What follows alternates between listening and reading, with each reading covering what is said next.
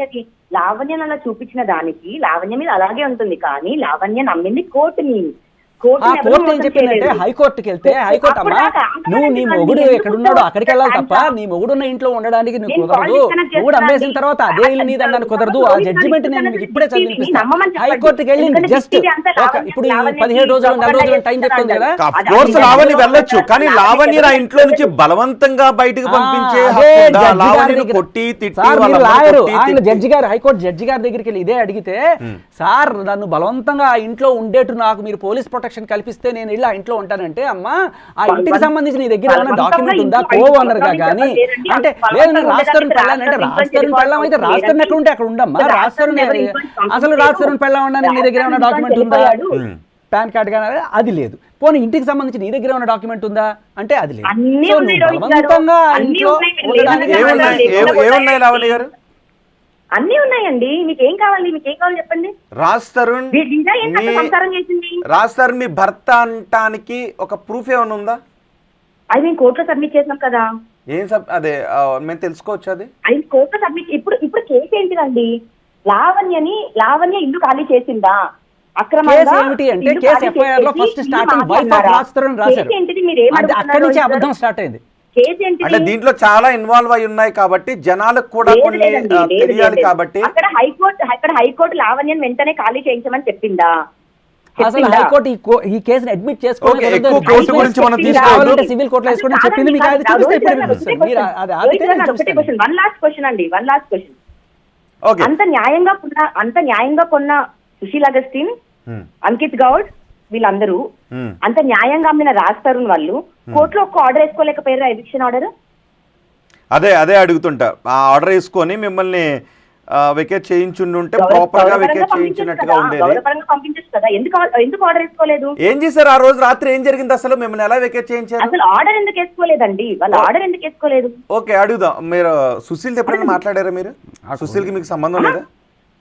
సుశీల్ ఎప్పుడు మీరు చూడలేదా? జోక్ చేస్తున్నారు రోహిత్ గారు. మీరు ఏంటి లావణ్య గారు మీరు జోక్ చేస్తారేంటండి? క్రిమినల్ కాన్స్పిరసీకి హెడ్ వీడు, మొత్తం నడిపించిందే వీడు, మళ్ళీ సుశీల్తో మాట్లాడారంటాడు. ఇంకో 4 రోజులు ఆగండి, మొత్తం తీసుకొచ్చి బయట పెడతాను. అసలు ఆవిడ కనీసం ఆవిడ భర్తను చెప్పడానికి ఒక సర్టిఫికేట్ చూపించుకోలేదు, ఎన్ని బయట పెట్టేస్తుంది అంటే వీడు.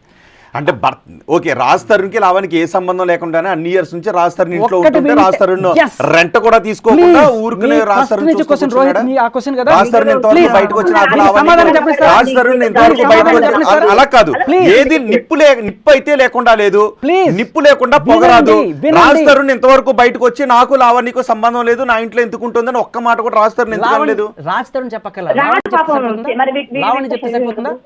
లావణ్య నాకు సంబంధం లేదని చెప్పిందా? ఉందా? ఒక్క నిమిషం లావణ్య గారు, ఒక్క నిమిషం. ఓకే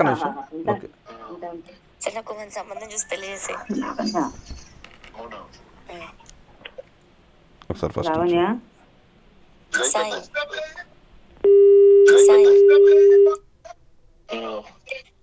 సంబంధం చూసి పెళ్లి చేసి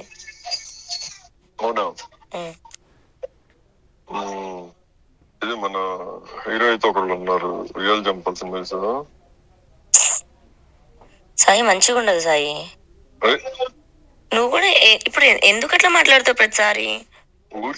అరే ఊరికే మామూలుగా అంటున్నా, అందరూ విష్ చేశారు కదా అందుకని అలా అన్నా. అంటే నీకు రాజు ఏమైనా చెప్పాడా దట్ ఐ లవ్ హర్ లేదు అలాగా మామూలుగా వీళ్ళు అంటున్నారు కదా అని. నీతో అన్నారు ఎవరైనా? ఎవరన్నా అంటే విన్నా అంటే. ఎవరంటుంటే? ఏమో గుర్తులేదు,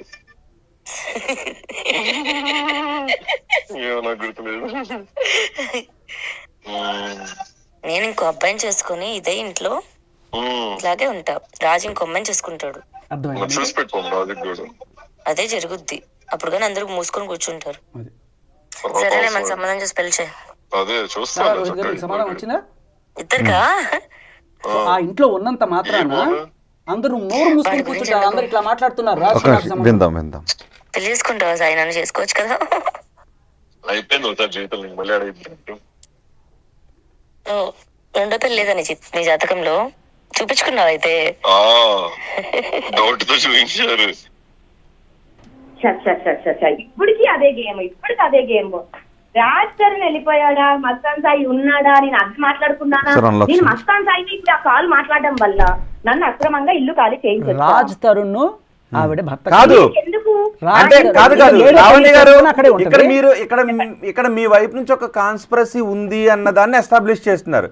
మీరు ఆ ఇంటి పైన కన్నేశారు, ఎవరినో పెళ్లి చేసుకుని మీరు అదే ఇంట్లో ఉండిపోదాము అనే ఒక ఆలోచనతో ఉన్నారు. అంటే మీరు రాజ్ తరుణ్ వేరే అమ్మాయిని చేసుకుంటాడు, ఇక్కడే ఉంటాడు, నేను వేరే అబ్బాయిని చేసుకుని ఇక్కడే ఉంటాను అనడం దేనికి సంకేతం? ఇప్పుడు ఇప్పుడు ఆ కాల్ మాట్లాడి నేను ఎవరితో అండి? శేఖర్ భాషతోనా? మస్తాన్ సాయితో. అతను వచ్చి మాట్లాడితే బాగుంటుందండి. మీకు ఈ ఆడియో ఎక్కడిది? మస్తాన్ సాయి మీకు మస్తాన్ సాయి ఇచ్చాడా? మస్తాన్ సాయి హార్డ్ డిస్క్ లో వెలుగు చూసిన ఎన్నో నిజాల్లో ఇదొకటి. మస్తాన్ సాయి హార్డ్ డిస్క్ మీకు ఎక్కడి నుంచి అయ్యో వచ్చింది? ప్రపంచం అంతా పంచింది కదండి ఇవిడే.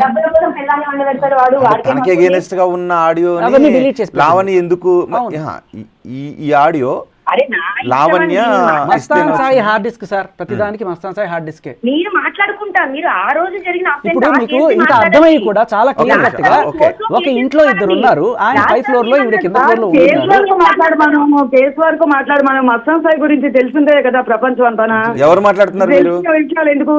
మీరెవరండి? మాట్లాడమను. మీరెవరు? మా సిస్టర్ మాట్లాడుతున్నారండి, మాట్లాడతారు on my behalf. Okay, me sister తో నేను మళ్ళీ మాట్లాడతాను.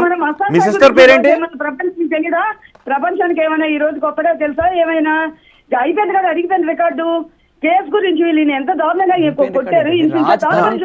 కాదు అని నేను మీరెవరండి? గురించి మాట్లాడమనండి. మీరెవరు? చంపేశారు వాళ్ళు. మీరెవరు మాట్లాడుతున్నారు? నేను తన సిస్టర్ మాట్లాడుతున్నాను. మీ పేరు? శృతి అండి. శృతి గారు. ఓకే, మీరు ఏమైనా శృతి గారితో మాట్లాడతారా? ఒకసారి ఏం అడగాలనుకుంటున్నారు మీరు శేఖర్ భాషని? శృతి గారు, ఆయన ఏం అడుగుతామండి? నేను అడుగుతుంది ఇక్కడ ఏంటంటే కుక్కల్ని చంపేశారు. ఎందుకు కుక్కల్ని చంపేశారు? అన్యాయంగా హింసించి చంపారు, కాలు ఇచ్చేశారు, చెవ్వంటే రక్తం వచ్చింది.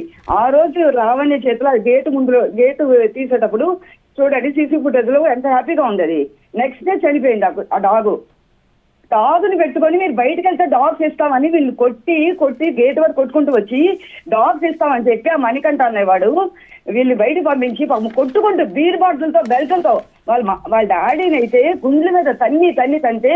ఇప్పుడు ఎక్స్రే పెట్టు లావణ్య, ఒకసారి ఎక్స్రే పెట్టది.